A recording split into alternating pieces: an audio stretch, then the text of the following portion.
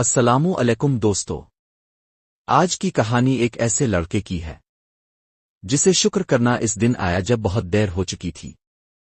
کہانی کا نام ہے خالی جوتے۔ ایک چھوٹا سا لمحہ مگر بہت بڑا سبق۔ ایک چھوٹے سے اسکول کے باہر سردیوں کی ایک ٹھنڈی صبح تھی۔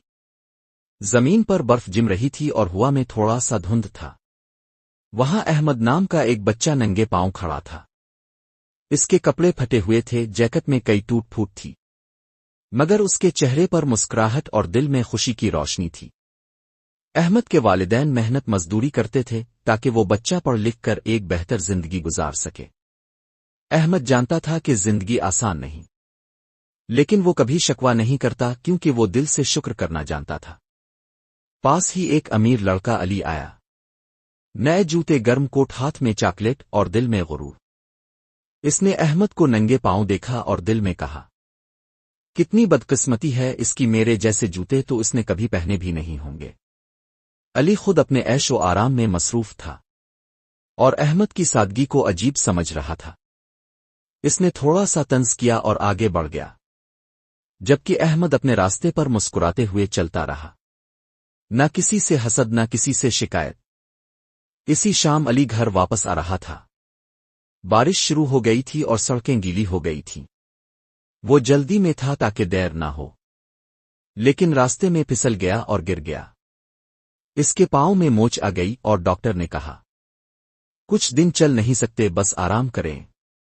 اب علی ویل چیئر پر اسکول آیا اور اس نے احمد کو دیکھا جو پھر سے ننگے پاؤں اسکول پہنچا تھا، مسکراتے ہوئے چہرے پر شکر اور دل میں اطمینان کے ساتھ۔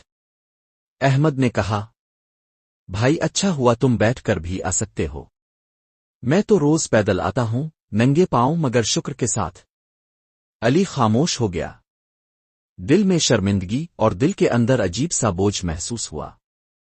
اس نے آسمان کی طرف دیکھا اور آہستہ سے کہا، اے خدا، میں ہمیشہ شکایت کرتا رہا، پر آج سمجھ آیا کہ شکر کی قیمت کیا ہے۔